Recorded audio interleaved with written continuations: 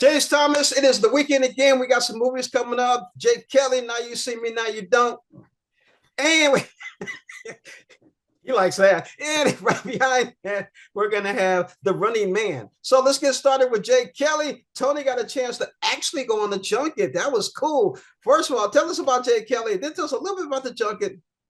So the film, it's one of my favorites of the year. So it follows an aging film star that's dealing with life and his choices and everything as it all kind of falls apart.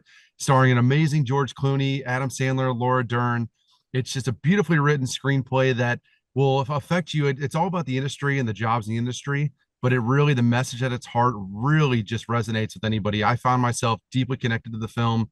We put a lot into this as critics. We see a lot of movies, miss a lot of nights at home with kids, and it really kind of, you feel that sacrifice, and you try to see how can you do things as best as possible while doing what you love. And so that's really what the film kind of delves into.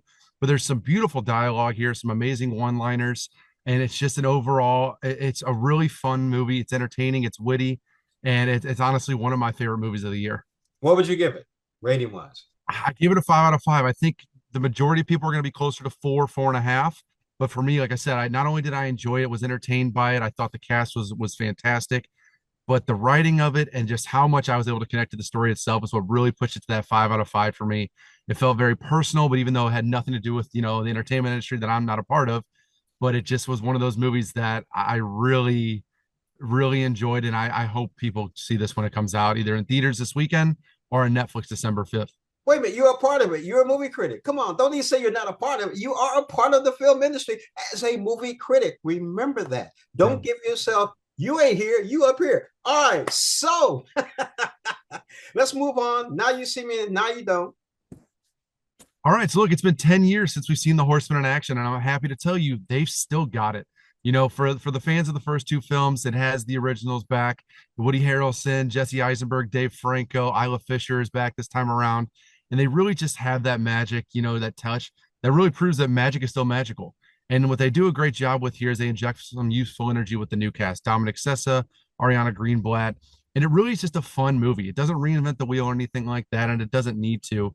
But one of my favorite aspects of this film was Rosamund Pike. She plays such a campy, fun villain with a thick South African accent. She's fully on board with it, really dives into it.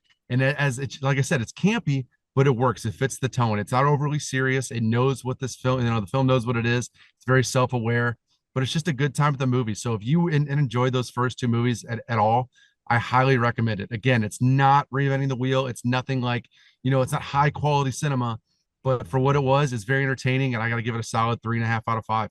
Solid three and a half, five. Okay, let's move on to the Running Man. And we're talking about they didn't lose the magic. This one did lose the magic from the original Running Man. And you're talking about don't reinvent the wheel. They should have reinvented the wheel. They definitely should have done that on this. I am sorry, guys. Paramount Pictures presents The Running Man. It needs to, we don't go to the theater, run away from the theater. You don't want to see this. I'm telling you, based on a novel by Stephen King, Glenn Powell, William H. Macy, Lee Pace, Emilia Jones, Michael Cera. I enjoyed his character in that. He was good. Coleman Domingo and Josh Brolin. And of course, you know about the Running Man. This guy, instead of the deal in the helicopter, hey, it's a deadly competition. And he decides he needs some, he's a working class man who's lost his job. His child is sick, 2-year-old child is sick. He needs the medicine. Just like today with medicine, it's a high cost, $1,000 just for one shot. And the child needs at least 1 or 2 shots every day for the entire month. So he decides, I'm going to do this. I'm going to go and be the Running Man. He should have just ran right out of the theater. I tell you, folks, it was nothing compared to the original Running Man. The story was, it was one of those, you sit there through it and you see a lot of explosions. It doesn't give you as much punch as the first one did. And the ending was kind of like, I'm not quite sure, Tony, about the ending on this one. I really wasn't. It was funny for me, folks. The same night of Running Man was Now You See Me, Now You Don't.